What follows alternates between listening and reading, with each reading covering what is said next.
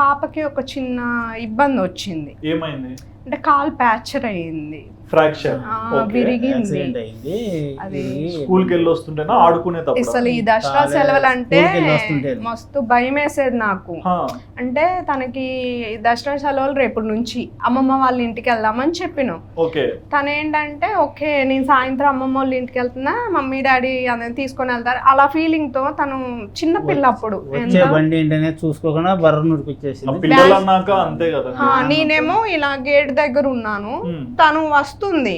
నేను ఎందుకనో సడన్ గా వెనక్కి తిరిగి చూసేసరికి ఆ బండి ఇది చేసి అతనేమో కాలువలోకి వెళ్ళిపోతున్నాడు.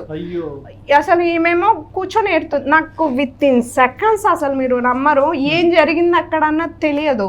కొన్నిసార్లు ఎదురుగా అర్థం కాల నాకు అసలు. ఇక ఏంటంటే బ్యాగ్ తీసుకొని వచ్చిందాక ఆగేవాళ్ళు.